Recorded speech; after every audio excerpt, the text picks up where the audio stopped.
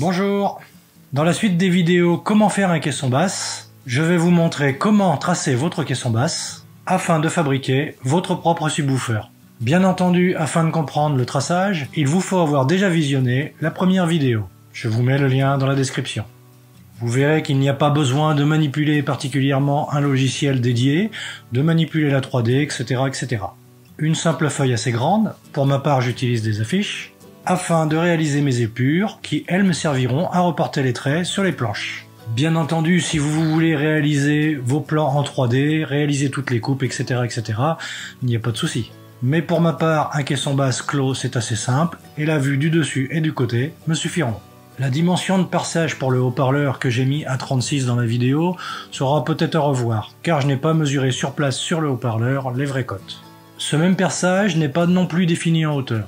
De même qu'il est fort probable que j'encastre légèrement le haut-parleur. Comme j'utiliserai un ampli extérieur, la fabrication du caisson en sera d'autant plus simple qu'il n'y aura que les connectiques à mettre à l'arrière du caisson. Bien entendu, cette vidéo est un tutoriel, donc il sera plus facile d'exécuter les tracés en même temps que la vidéo pour mieux la comprendre. Pour réaliser ces épures, il vous faut une affiche, un mètre, un crayon bien taillé, une gomme, une règle et de quoi faire des cercles. Je commence par matérialiser l'épaisseur de 25 mm.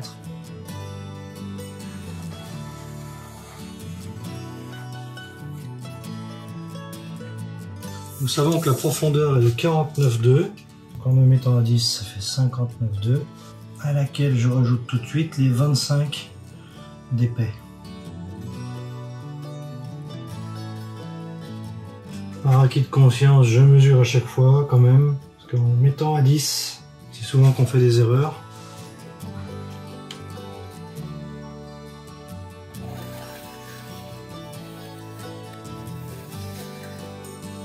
Mon caisson va être compris entre la façade et l'arrière. 49,2 divisé par 2 pour trouver l'axe, ce qui nous donne 24,6.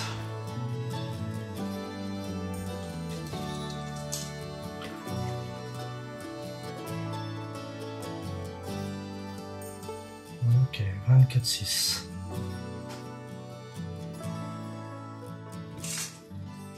Je vérifie toujours des deux côtés.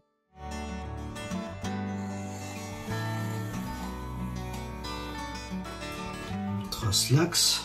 Bon, l'idéal aurait été évidemment d'avoir une règle plus grande que la feuille. Je vais commencer à 7 cm.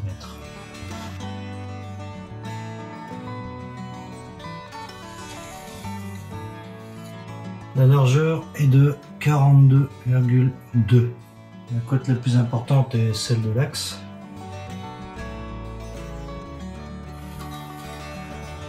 Nous avons la largeur de 42,2. Nous avons la longueur 49,2. Je vais faire un volume trapézoïdal. Pour faire ce volume trapézoïdal, je vais réduire la largeur derrière et agrandir la largeur devant, en gardant l'axe à la bonne dimension. Et pour cela, il faut que je réduise autant derrière que j'agrandisse devant. Et je garderai le même volume. Donc dans mes premiers tracés que j'avais fait pour calculer le volume en litrage des renforts, j'en avais déduit pour l'esthétisme et aussi pour le son, puisque c'est toujours mieux qu'une forme parallélépipède rectangle. J'avais déduit de décaler ce point de 2 cm. Je me base toujours à la cote intérieure et pas à l'extérieur. Donc j'agrandis de 2 cm. Et là donc je diminue de 2 cm.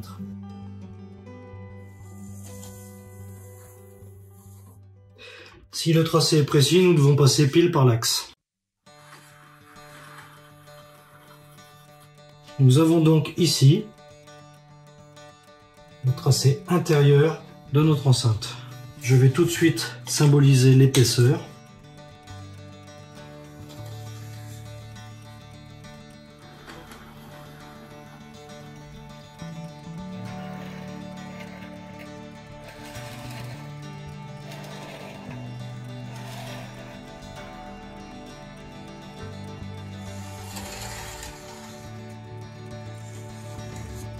Comme là je veux faire un arrondi, cette ligne me donnera la dimension du dessous et du dessus.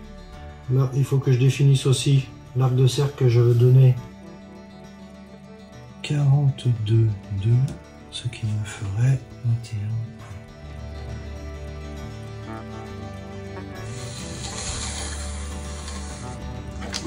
Je trace l'axe du caisson. Je trace un autre trait pour délimiter de combien dépassent les côtés.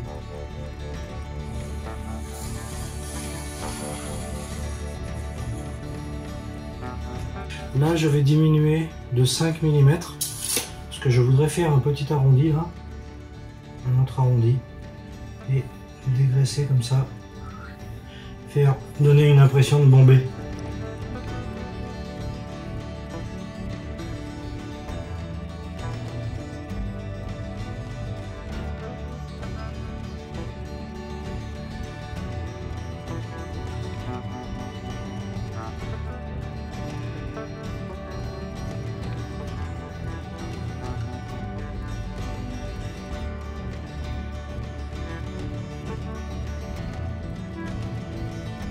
Ça va être à fignoler sur place, c'est une estimation. Le plus important, c'est ces tracés-là, pour pouvoir tracer sur les purs. Derrière, il faudrait que je diminue aussi de 5.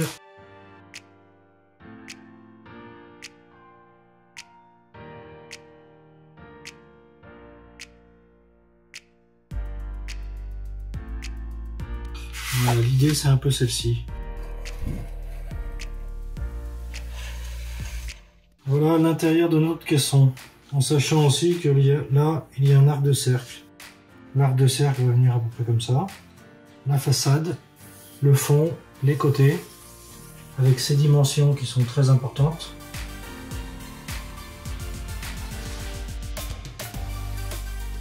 Donc je vais pouvoir mettre les dimensions du haut-parleur.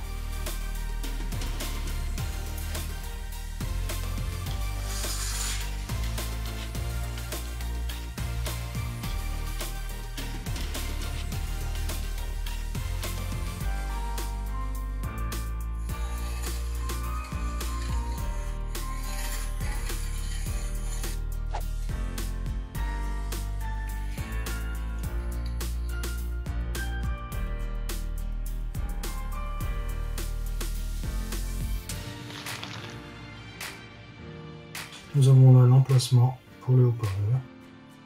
Maintenant, nous avons le principal pour les purs. Nous avons le fond. Il faudra définir donc l'arrondi. Mais la planche du fond va venir jusqu'ici. Donc c'est cette cote. La profondeur pour le fond. La largeur pour le fond. La longueur pour les côtés. L'épaisseur pour les côtés. La façade donc la largeur, l'épaisseur. Le fond, la largeur et l'épaisseur.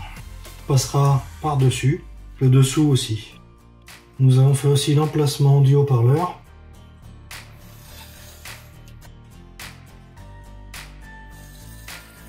Intérieurement, nous avons 59,2. Et je rajoute 25 tout de suite pour le dessus.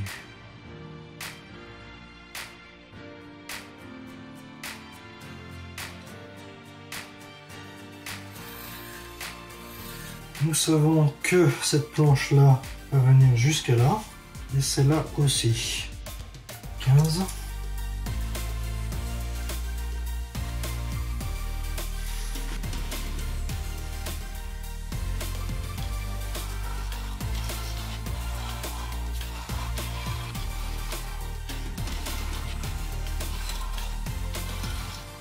Alors là, nous voyons que le côté va arriver jusqu'à là. Ce point-là correspond à là. 38,8 divisé par 2, 19,4. 19,4, le haut-parleur arriverait là. 8. Et je me mets à 36 de perçage.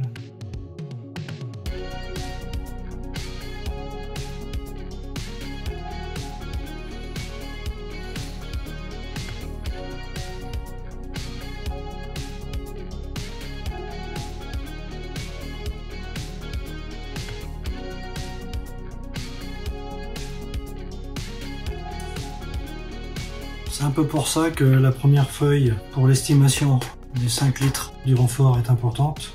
Nous pourrons nous servir de ces dimensions pour établir les renforts. Là, je suis passé sur 3,5.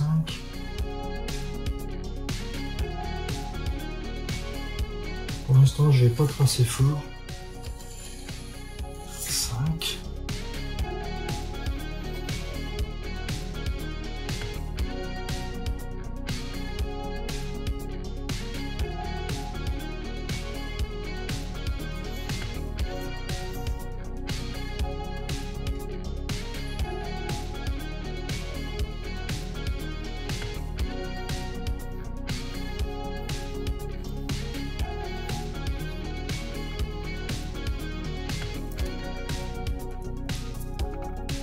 Je préfère pas gommer tous les traits quand même parce que pour tracer la planche de renfort, ça me sera utile d'avoir les traits. Là je gomme un petit peu, c'est pour que on le voie mieux sur la vidéo. Donc je sais pas si vous voyez la planche de renfort là.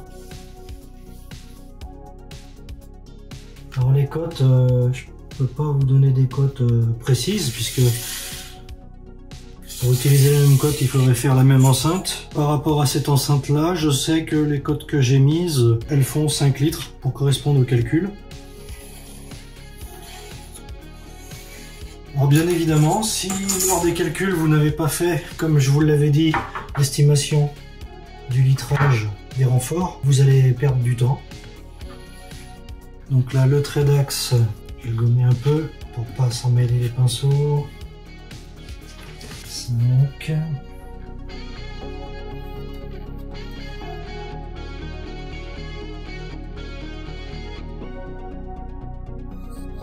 Quand on a déjà tout préparé, c'est clair que ça va beaucoup plus vite.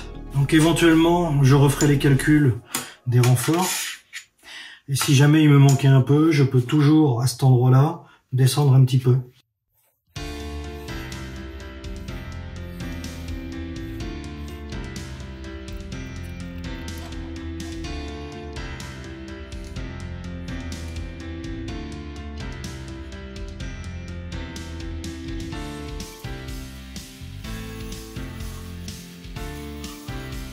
Ce renfort-là va tomber à cet endroit-là. Donc ces traits, on en aura besoin pour quand on va placer le côté dessus pour reporter à l'endroit où tombe cette planche. Et sur le dessus, idem, nous pouvons retracer ces traits pour pouvoir avoir l'emplacement sur le dessus.